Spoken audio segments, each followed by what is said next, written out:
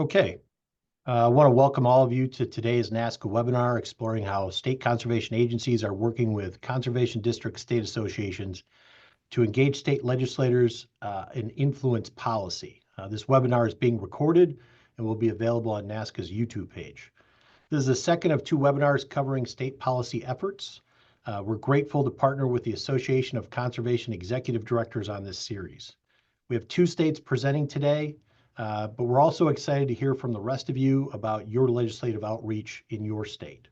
This webinar will last 60 minutes, but we'll have plenty of time for questions and sharing. We're going to hold the Q&A until the end, and so we'll have both sets of states present, but feel free to enter your questions anytime in the chat box. I will try to track those. Kaylee will track those as well, and we'll get to those questions at the end. And I want to remind everybody, please stay muted during these presentations. Let me introduce today's speakers. From Oklahoma, Trey Lamb has served as the Executive Director for the Oklahoma Conservation Commission since 2014. Trey has also been a great leader for state conservation agencies and has previously served on the NASCA Board of Directors. Sarah Blaney is the Executive Director for the Oklahoma Association of Conservation Districts, a position she's held since 2011. And Sarah is also the Vice President of the Association of Conservation Executive Directors. And then a little bit later, we'll hear from Alabama. Ashley Henderson is the Director of Conservation Programs for the Alabama Soil and Water Conservation Committee. She has more than 30 years experience as an engineer in the water arena, and Ashley serves as NASCA's Vice President. And then finally, Vicki Watkins serves as the Executive Director for the Alabama Association of Conservation Districts. Prior to that, Vicki worked for the state's water authority. So with that, I'm going to turn things over to Trey and Sarah, and we'll learn a little bit about Oklahoma. Hi, everybody. Good afternoon. Thank you for being here with us. And thank you to Mike and NASCA for setting this up. ACE is excited to participate in these conversations as well. And, we look forward to working with you guys in the future on legislative issues and also just programmatic issues as well. So I'm going to go ahead and share my screen, or attempt to, if you all can just bear with me. Let's see. Yep. The thing that I always found about NASCA when I started coming was that, every state's different. Every relationship with partners, whether they're NGOs or NRCS or other USDA agencies or, your state association. So I think it's great that the state associations and state agencies are here we can explore different ways they work together, and you can I've always learned new things and better ways to cooperate. I think you got to be smarter than the than the technology sometimes. And I'm sorry, guys. I also can't promise you that there won't be a cat butt or two that shows up on my video. There's a small infestation. Can you guys see that? There it comes. Yep, now. Looks great. Yay! Great. So Oklahoma, we think of ourselves kind of as one of the epicenters of conservation, being as the Dust Bowl was here, and so we work really closely the association with the state agency. Oklahoma is actually one of only, I believe, two states in the country that still has an independent conservation commission. So that means that those commissioners are appointed by the governor and confirmed by the Senate, but they are in fact independent and not under a Department of Ag or Department of Natural Resources or things of that nature. And so the work that we do with the legislature might be a little bit different than the setup that you all do if you go through your Department of Ag or Department of Natural Resources. But we just wanted to share with you some things that have worked well for us, and also some things that haven't. Yeah. Okay. So what we try to do is, I don't know if you guys are like us, but every fall we have area meetings, and what we find is as those directors turn over, we have to, re-educate people about who does what and why. And so this is some of the just reminders that we went through with our directors this fall to let them know how our setup works. So in Oklahoma, the state agency, which is Trey, they craft the budget and come up with numbers that they need to meet their programmatic goals. And then we are a 501c3, which means we can spend 10% of our operating budget on lobbying. And then we actually hire the contract lobbyists to go and advocate for those issues. But everything that we do is really collaborative. And for example, yesterday I read through our bills. I think we had 99. And then on specific subject matter, I would read through them, come up with any questions, and then send them over to Trey and his team. And so we really try to work together on any of those issues. The state association, you know, a lot of you guys probably do resolutions through your area meetings and your state meetings. We have that process. It's just they don't use it in Oklahoma. The directors don't seem to use it for legislative purposes and for resolutions like that. And so kind of in place of that, Trey and I have lots of conversations about what we want to propose. You want to add anything in on that, Trey? No, I think I'm not sure about every other state, but in Oklahoma, they don't necessarily want agencies to lobby, but they require every agency to have a legislative liaison who's registered as a lobbyist. So they have you pay a fee and register and do any reporting for any lobbying activities you do. So really, you're supposed to be the contact. So I fill that role as a legislative liaison. So a lot of it is educating, but also advocating, for the agency, for the programs, explaining those programs, because we have new members of our appropriations committee. We have all new leadership, speaker and president of the Senate as well, and they've reorganized the committee. So it's a fresh start this year for us with who we deal with, and they need to learn more about our programs, agencies, and conservation districts. And the model that we've used in Oklahoma before, the executive director was sometimes the lead lobbyist. There's been a former state representative was in my position before me, but now we hire a contract lobbyist, and then we actually have 2 contract lobbyists that work as a team, and then the 4 of us, Trey, myself, and those lobbyists, we just try to keep in constant communication. So Trey's having meetings with elected officials, he'll relay that information, and vice versa. I know that some of you guys as executive directors are the key lobbying person. And in Oklahoma, we just have found that with the amount of funding that we're requesting and the level of bills and also additional programmatic work, that for us, a contract lobbyist worked best. But I understand that in your situations, that may or may not be the case. And in every situation really is a matter of relationships. And so, the relationships that I have with legislators, some are good, none are adversarial, but some are better than others. And then Sarah and her board, and then the lobbyists may each have their own set of relationships where they have close contact. So that spreads around to that base of people that you can reach out to. And so you can always turn to your partner or the lobbyist and say, do you have a good contact with Representative Joe? And they'll say, yes, I do. Or they can come to me and say, this guy's a farmer, and we work in other areas, but can you talk to him? And so we will. So it works out really well. And then we transfer that as we talk a little bit about our process on down to our district directors. And so the same kind of thing is just building those relationships, because sometimes they have much better relationships with their own representatives than we do. And it's surprising how many contacts these guys and women have on these boards. If you just ask them, do you know so-and-so? Oh, yeah, well, I went to college with them, or, I was in Young Farmers with them, or some other group with them, and so if you just ask, you'll find some connection there. Yeah, and we have term limits in Oklahoma. I don't know if you all have term limits in some of your states, but with term limits, we're always trying to continue to develop those relationships. And so this year, like Trey mentioned, is kind of a transitional year in leadership and with a new freshman class. And so we're always trying to facilitate new relationships and cultivate those existing ones. These are just some of our priorities for this year, just as an example. Our budget request total is right around 35 million. That's really increased significantly over the last decade. Trey, do you want to talk a little bit about just that change briefly, kind of from when Right. you So started to, yeah.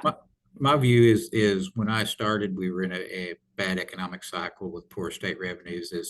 As everyone that deals in state government realizes, it's an up and down roller coaster.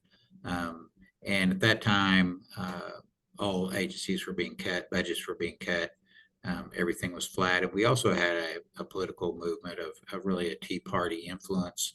And they love to say no to everything, whether it was a law or a regulation or funding or any program.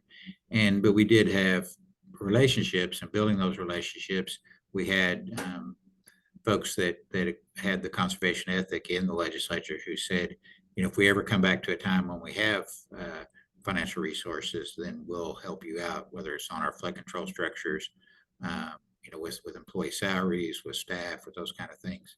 And so as we waited for the economic cycle to change again, then we were able to increase. We probably, our state appropriation is 3 times larger now than it was 5 years ago.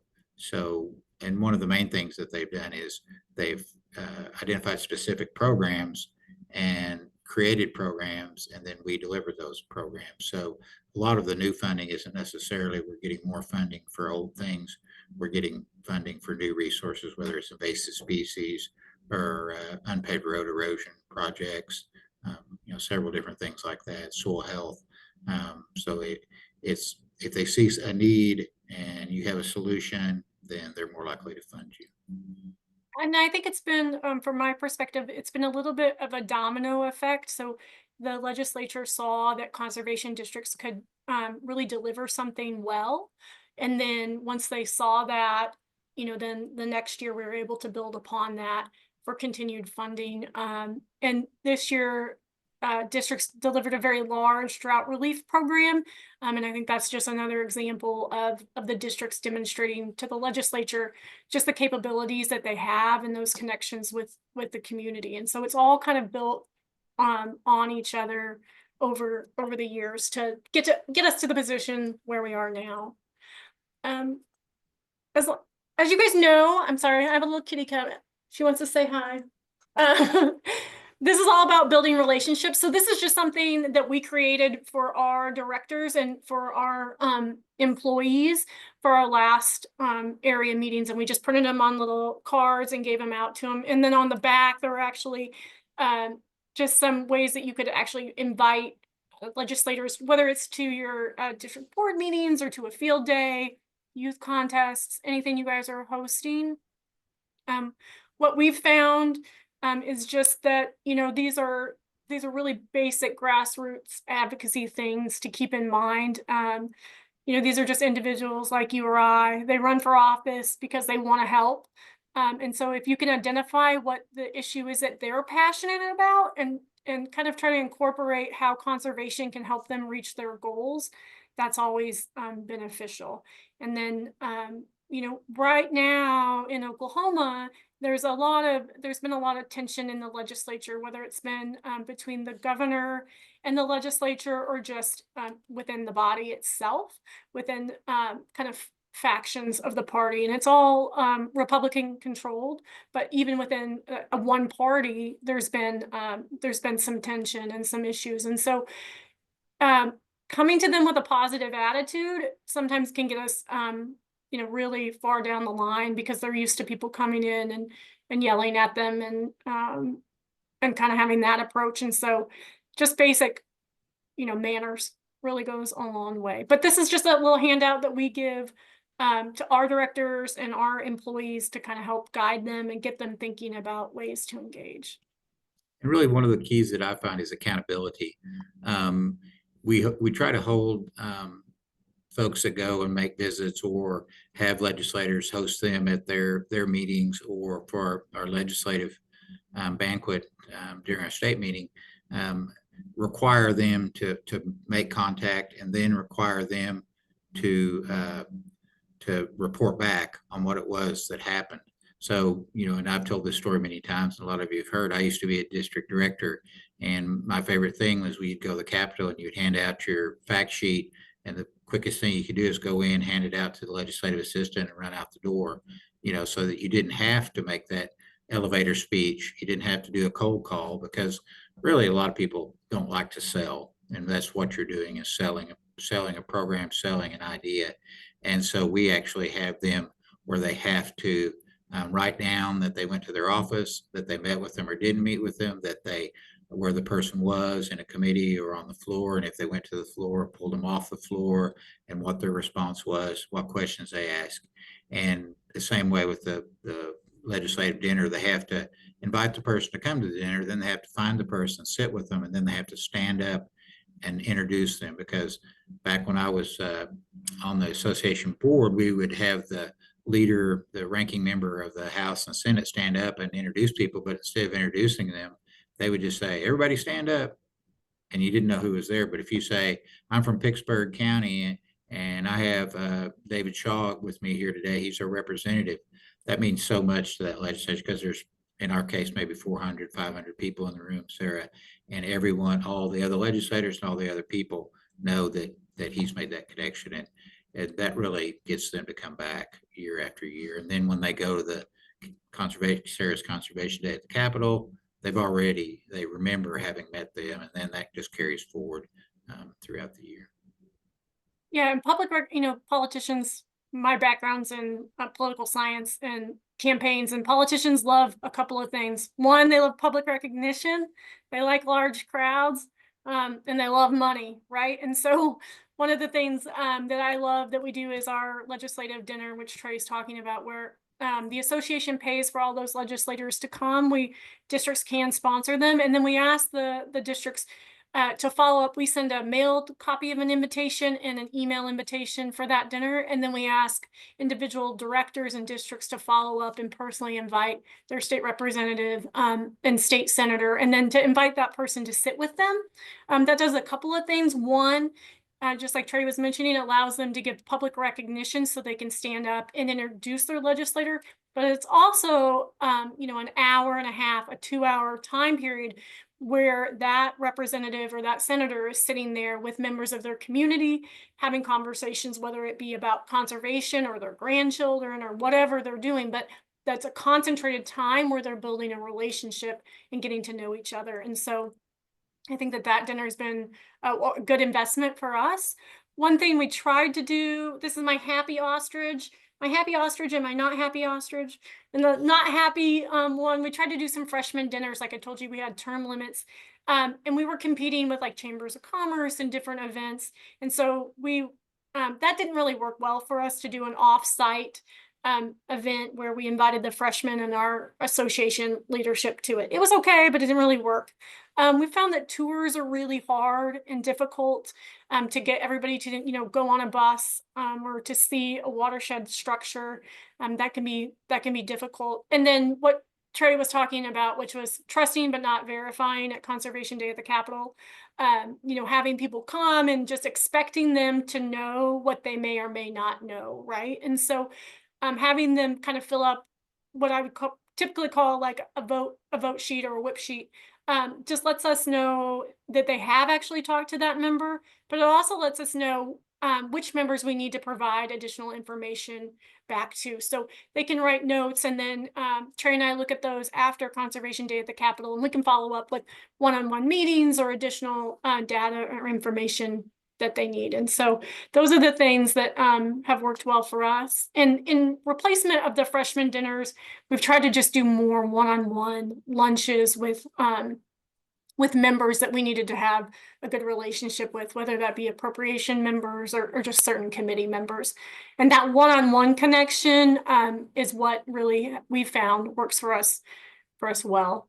The one other thing I wanted to tell you is that a resource that I use as an executive director is Janelle from the Ohio Association. She comes up with the most creative ideas to do outreach for her legislators this year. They're giving away like a deck of cards. They've done baseball cards before, water bottles.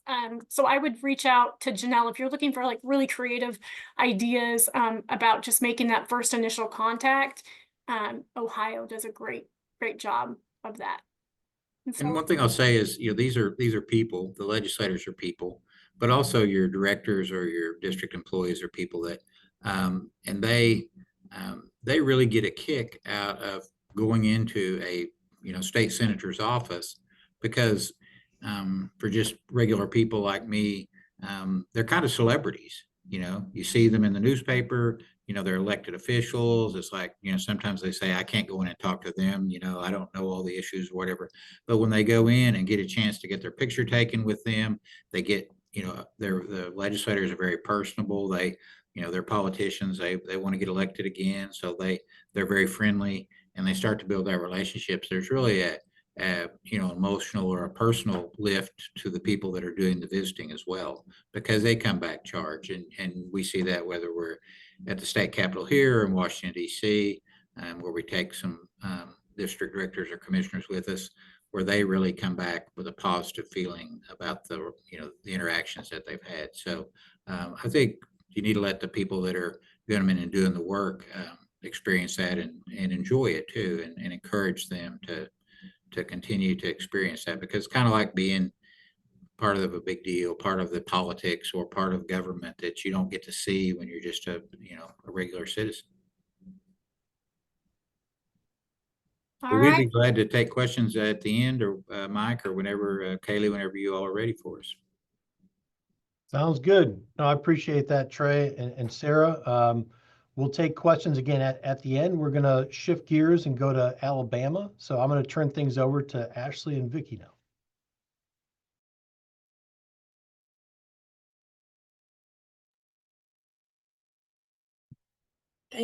Thank you, Mike. I am going to see if I can get my screen shared. And hopefully you guys can let me know if you can see it. I can see your presentation, Ashley. It looks like you just need to make it a widescreen and then you should be good. Yeah, that's what here we go. How about now? Perfect. Okay. So thank you guys for inviting me and Vicky to join you today.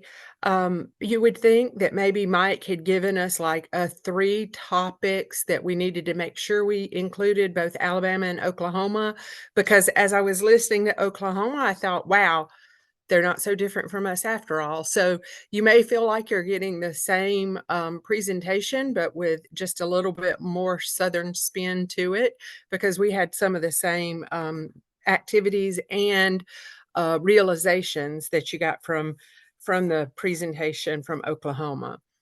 We're going to start first, though, to talk to you a little bit about our history, because we really think that that is important in understanding how far we've come with working with our legislature. So, of course, the agency was established in 1939. The association was established in 1943 with those 12 original soil and water districts established in 1941.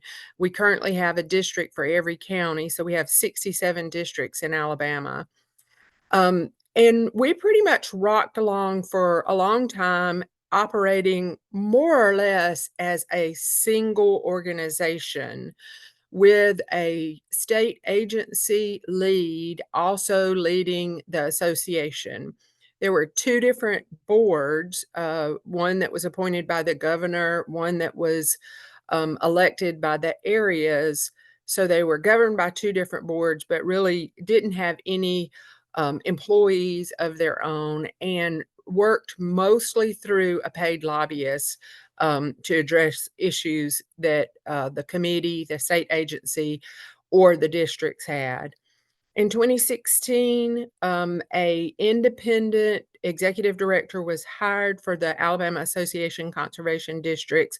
So, you know, that's only 9 years ago that complete separation happened, and that the association became a truly independent organization. The funding for AACD, I'll tell you real quick, is dues from the 67 soil and water conservation districts. And they also have a couple of agreements with us to provide some support to the districts and support to the district supervisors. So one of the first things that we realized that we had to do was we had to educate ourselves and help our members understand the differences between the state agency and the association, because they were truly used to it operating as one unit for so long. So we created a chart very similar to this that we talked about. You know, the state of Alabama and through NRCS, the U.S. Congress funds the agency, the Soil and Water Conservation Committee, and the agency in turn funds the soil and water conservation districts. The districts are really the boots on the ground. They implement all of the statewide programs. They do lots of good work and increase the image of soil and water throughout the state of Alabama. Okay, so I'll pick it up from here. And Ashley is exactly right. Sarah, I feel like you kind of told the story, the same thing that Alabama does. Lots and lots of similarities. So on behalf of the association, for the views from the districts, we also provide support, training, all the computer technology, email, everything down to the awards program. We host an annual meeting for them. We'll talk a little bit about that later. But also we educate and advocate for the districts at the state level and for NRCS at the federal level. So I'm sure, you know, the other states do very similar things. We'll get into kind of the weeds of the advocacy part a little in another slide. Yeah. And sorry, I got ahead of you there, Vicki. So one of the things that we wanted to do was show the differences in the roles between our state agency and also the conservation district, the Association of Conservation Districts, and the actual districts. So as a state agency, we develop and present state budgets. We analyze and address any policy needs that we have to better do the work that we need to do. And we provide information and we field questions during legislative events. And we keep our partners up to date on our legislative priorities so they know what is important to us. And then the association does the advocacy for the conservation policy funding. I, as the executive director, am a registered lobbyist. We do work with a contract lobbyist as well that has got years and years of experience. Those relationships are already there. That's very beneficial if your agency can do that. And then we work to cultivate those relationships with like-minded associations, such as the cattlemen's. When we added some herd health practices to the current list, that brought them on board. They are supporting us, even asking for funding for our programs that help members. When they do outreach, they have about 10,000 members. We also work alongside the Alabama Farmers Federation, and they have about 340,000 members statewide. So all of these partners are representing farmers and landowners. So we all share that passion, and that makes a big difference when you're going to the state house after funding or increases in your conservation incentive program.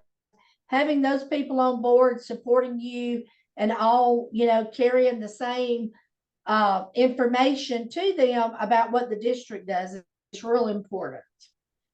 On over to the districts themselves, I can't stress the importance of districts being involved. They are the boots on the ground, as Ashley said. They lead all of their outreach, all their education programs there that they have for the farmers. and they have the relationships with their local senators and legislators. So getting them more involved, using our annual report that we'll talk a little bit about in another slide, has been so important in telling the stories. The districts do a fantastic job. It's one thing we really was brought to light. We were like, gosh, they do so much good, but if nobody knows it but a few. So telling that story is so important at the local level and helps to build, you know, that relationship when you're looking for financial support through the budget. It's so imperative to have that. And then the next slide that we're going to talk about is kind of our legislative calendar. And I don't want you to think that we had this wonderful legislative calendar. We really didn't have a calendar at all. So until we sat down to do this, this presentation. And once we started talking about it, we were like, hey, we do have a calendar. So we thought we'd share some of this with you. And I'm just going to talk about a few things because we're going to go into more detail on several of these in the following slides. So in the fall of every year, the association holds its annual meetings, which of course the agency is a part in helping craft the agenda and also helping make presentations. They are able to present a Legislator of the Year award at that meeting to someone that they've worked with. And then other thing I was just going to mention is that we do meet with the governor's staff in the fall of every year. And he's going to cover winter and spring. Yeah, and so in looking in anticipation of that session beginning, we do anticipate the governor's budget coming out about a week before session starts.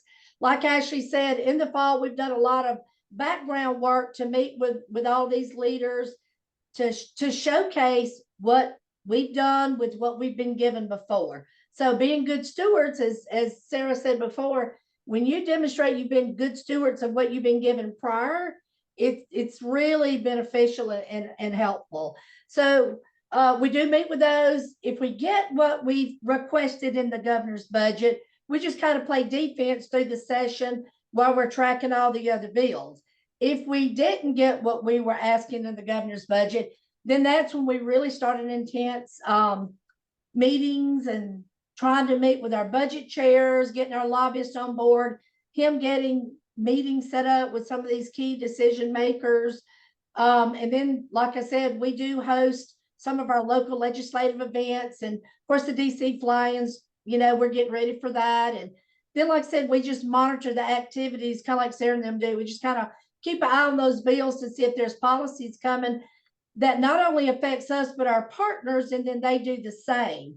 So, you know, it's not always going to them when you just need something, but it's also being of service, being an advocate for them to reciprocate what they're doing for you all throughout session. That's just part of that good partnership. We do, like Ashley said, we host some of those legislative events as well, just like Sarah. We do like some of the receptions. A lot of times we try to coordinate it with our Soil and Water Matters Day, when all of our, well, I won't say all, we have 335, but we do have a large number that turns out that comes into Montgomery. And we also prepare literature for them so that when we go, it's like one voice. We're all, you know, in agreement what we're asking for or what we're trying to present to them, either with an annual report. We do our like one sheet that has a recap of programs, practices, dollar amounts that's been put on the ground. And when those districts come in and meet with their local people, they tell them their stories. So it relates to what they're doing in their districts in their area. And then in the summer, our legislative session is usually over in May. So in the summer, we will have to look at the budget that we want to request, you know, for 2 years down the road. So this summer of 2025, we'll have to create the budget for 2027, and also determine if we have any legislative priorities. Now we're going to talk a little bit about the different tools that we have. To me, this is a big, for us, NASCA success story. So we started 2 years ago with this annual report. If you're interested, you can get this QR code and it'll take you to our website that has those flippable digital copies of the annual report. And this came from Washington State through South Carolina to us, and we've modified it for our use. South Carolina has a page for every district, and we have a success story for every area in the state, which makes 6 success stories. This is kind of what we call our hymn book to make sure that we're all on that same page, and it really helps us to show how we are accountable for the state funding and how we're able to leverage that funding with federal dollars and make an impact in our local areas. Additionally, this is something that is so important because the first part of it is nice and kind of like an infographic with numbers. But what we've found is that when we put these conservation success stories, and they're just really quick, probably 2-minute reads, and with a lot of photos, with quotes and interviews from people, it really helps some of the people that don't understand our work at all kind of understand us. They finally get what we're doing, because you can get so bogged down into the odd way that we are organized, because most state agencies are not organized the way that we are, that you could lose track with them. But these success stories have made a huge difference. We go and meet with the governor's office, like we mentioned earlier, and we also meet with the finance director, and the stories have helped so much because it finally clicks with them what we're trying to do and why it's important.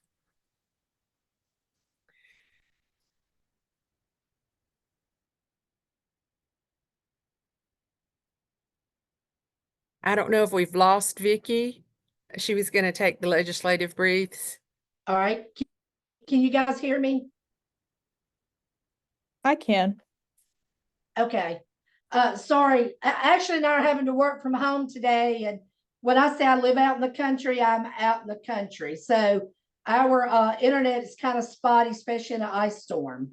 But if you guys can hear me, we'll roll on with it. So our legislative briefs, this is something that we provide when we meet with the governor's office, when we go over to the State House for Soil and Water Matters Day. This is something our districts have access to that they can utilize as well.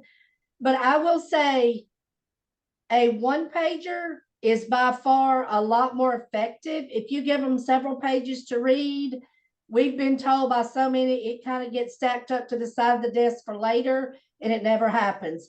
So be very short to the point. As you can see, our newest one-pager is centered around our budget, mainly because we've been told by several that we've already met with in the previous months that budgets are going to be tight in the next 2 to 3 years. So we really want to just try to hold on to what we've got right now.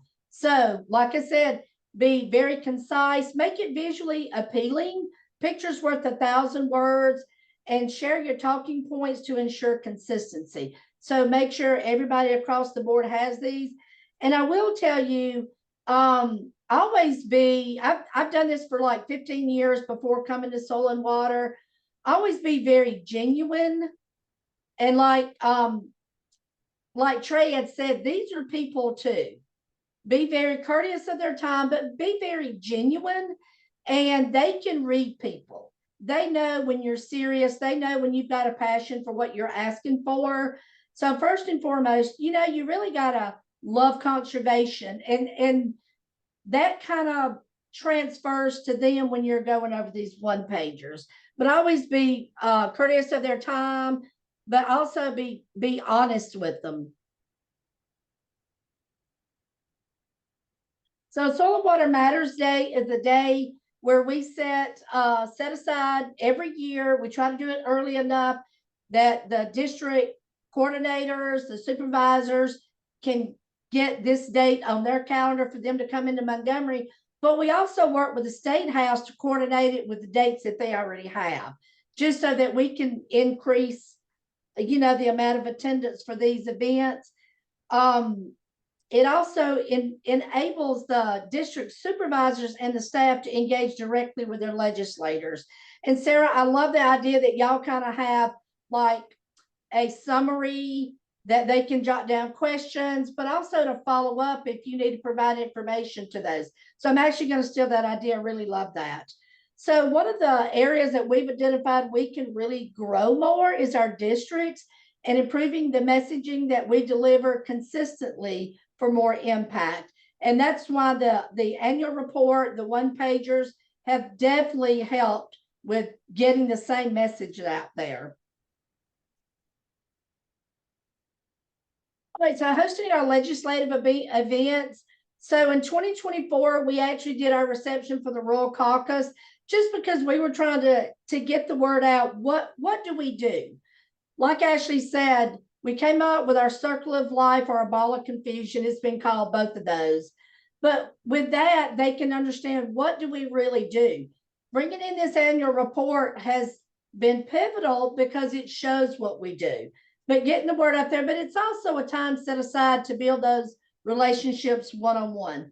For 2025, our reception will be focused on the Black Belt Caucus, because we were able to get an extra $2 million in last year's state budget to run a program in our Black Belt area, so that the caucus this year will be focused on them.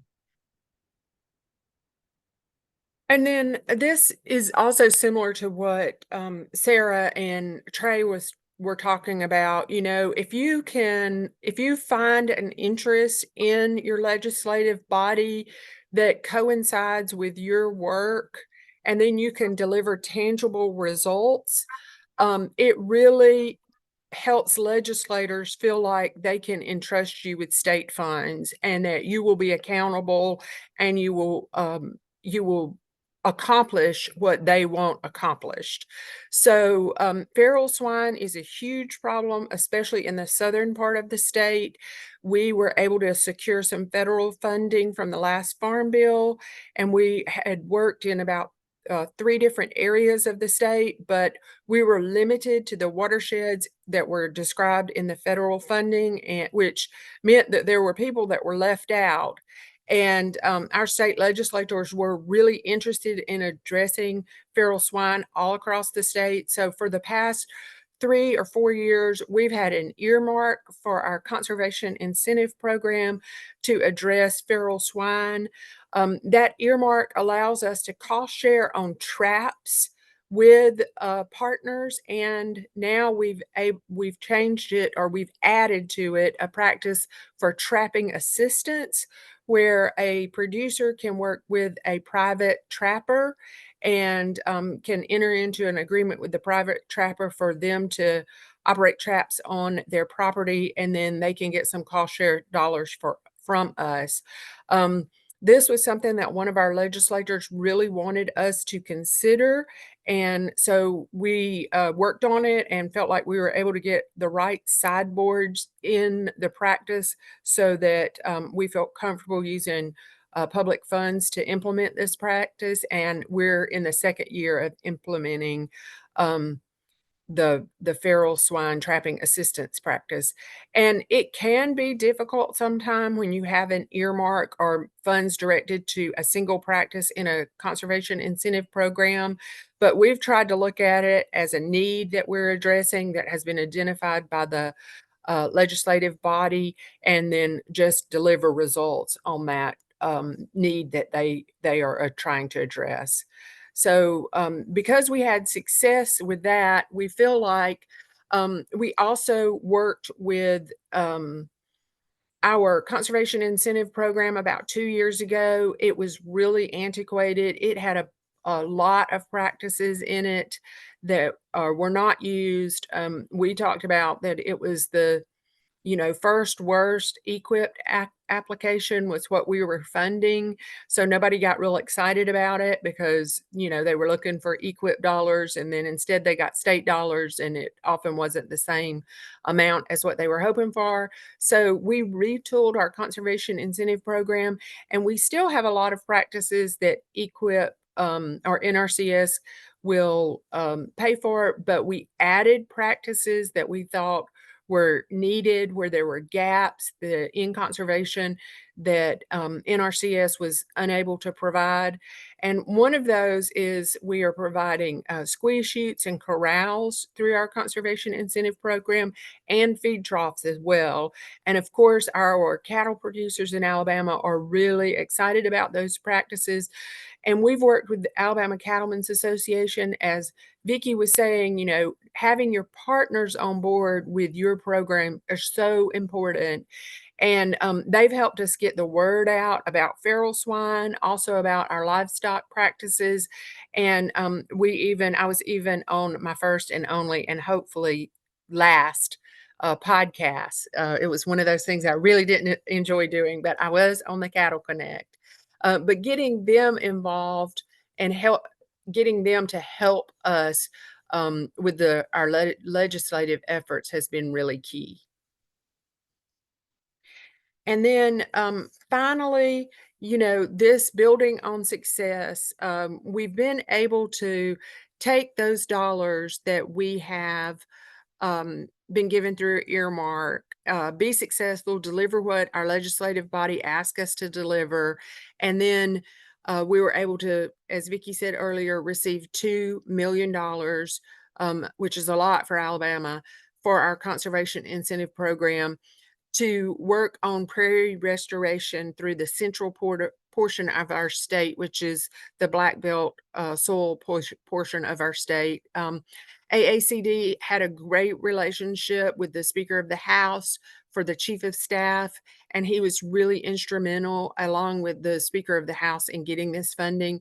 We used the $2 million to leverage for an RCPP. We were awarded that RCPP. It's my understanding as of this morning that they're halting negotiations on all agreements with NRCS. So we are assuming that this agreement negotiation is halted, but we are hoping that once the new administration gets in, that we'll be able to continue our work on this agreement. Regardless, we will be implementing a $2 million state-funded Black Belt Prairie restoration project. So in conclusion, collaboration is key. I can't say that enough. Having a good working relationship between the association, the committee, and the districts it's imperative. So, it not only makes us stronger, it makes us a unified voice when we're going over to the state house or working locally with our representatives. Having a clear distinction and responsibilities for the association is the advocacy. We rely on for the Soil and Water Conservation Committee to work with the budgeting, to let us know, what they need to operate. And then for the districts to be able to thrive in their local counties is equally as important. AACD, I think, probably will grow stronger in relationships with the districts by helping them do their advocacy. In other words, what I would love to do is to have a template for the districts to say, okay, these are our legislators, our senators and legislators that are on certain committees. I want to be able to give them a template to say, let's set up the meetings with the districts. Here's ways to, I guess give them a template to be successful, similar to what other states have done. So that is something we're working to make better. So, and then finally, having that unified message that we all are kind of saying the same thing. We know we have our different roles in what we're talking about. And I cannot say enough about how important it has been to hire a communications specialist on our staff. Laura Smith has been excellent in helping us communicate our story. And sometimes we're so busy doing the conservation that we don't tell the story of conservation. And that is really a disservice to conservation, because those that are not involved in it in day to day don't see how important it is, because we haven't taken the time to tell the story. And having somebody on our staff that's their number one job, tell the story of conservation, has been huge in helping us be on the same page and have a message that everybody can understand. And then finally, be willing to evolve. And, we kind of had gotten away from our grassroots. We were 10 years ago, we were just looking at a paid lobbyist, and that was it. The grassroots had been kind of cut off from the decision makers. And if the lobbyists that we were working with, if they had, other clients or other priorities, it just was what it was, because we didn't really have any connection. So we really tried to push from the top down to the grassroots. So we started from where we were, and we just slowly built, and we really feel like we are doing a great job. And as Vicki said, our last little thing is that little route right there where the rubber meets the road. We have a lot of districts that do a good job inviting their legislators and decision makers, county commissioners, city council members to an event or activity, or several events or activity, and they have great relationships with those decision makers in their local community. But that's not true across the board. So really helping those districts that are doing great continue to flourish, and then sprinkling that all throughout the state is really where we are now. And that's something we really think that we can grow on. So with that, this is our contact information. If you have any questions for us that you don't have time for today, please feel free to get in touch with either me or Vicki. I'll give you just a second with that, and I'll stop sharing so that we have a minute to answer questions. Very good. All right. I appreciate that. Excellent job from both Oklahoma and Alabama. These are two state leaders for us within this network. And really the goal of this is for our other states participating today, find great ideas, steal them, take them back to your home. Ashley mentioned the annual report. That's an example of something where they collaborated with South Carolina that had done that. South Carolina had worked with Washington because they had done an annual report.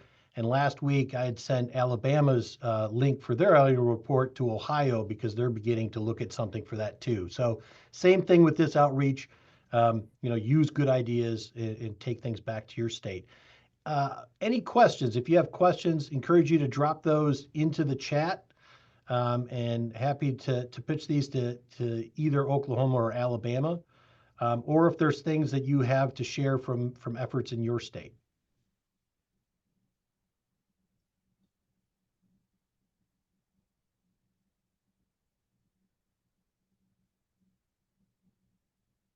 Otherwise, if not, I would like to thank our speakers from Oklahoma and Alabama again today.